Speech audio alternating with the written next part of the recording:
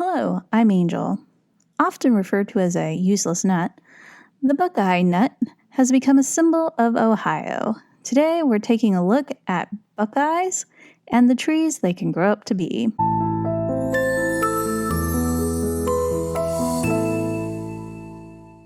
The Buckeye is said to have gotten its name because the shiny nut resembles the shape and color of a deer's eye. The nuts are seeds, and the seeds of every species of Buckeye tree are toxic. There are two types of Buckeye trees common in Ohio, the yellow Buckeye tree and the Ohio Buckeye tree. The one most common around here is the Ohio, growing especially well along rivers, streams, and in floodplains.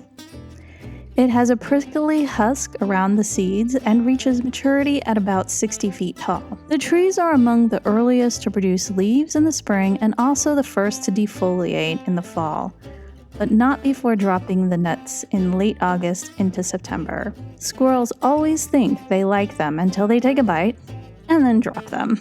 I'm not sure when Ohio became the Buckeye State, but in 1840 the Buckeye was thrust onto the national stage when presidential candidate William Henry Harrison used it as a prop in his campaign, after he was referred to by political opponents as an old man who would like to live the remainder of his days on the porch of his log cabin.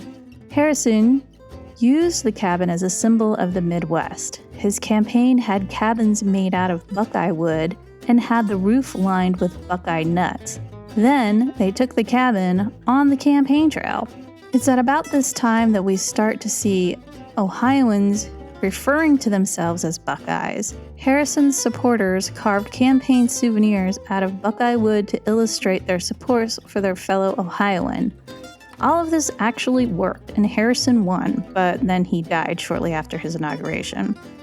In 1872, Ohio was well known as the Buckeye State. The trees that's wood were carved into souvenirs during the 1840 campaign is lightweight and easy to split, and that made it a perfect choice for firewood. Historically, it has been used in building furniture, crates, pallets, and caskets. Because the Buckeye wood was lighter weight than that of other trees, early settlers used it for carving, whittling, utensils, and making strips to be used in creating hats and baskets. Its lightweight also made it an immensely popular wood for prosthetic limbs. At the turn of the century, we see Ohio businesses putting Buckeye in their names.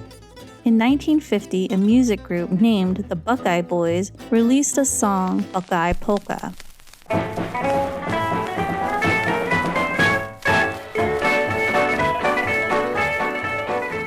In 1953, the Ohio Buckeye tree became the official state tree. Today, the Buckeye tree is used primarily for pulp or planted as part of landscaping. It's said that carrying a Buckeye is good luck.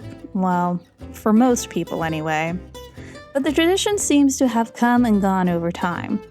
Right now, it's fashionable, so when the nuts drop, Ohioans stop to pick them up, typically tossing away those gnawed on by squirrels. They give the nuts to out-of-state visitors and continue the 1840 tradition of making souvenirs to sell. Please press that like button, and here are two other videos I think you will enjoy.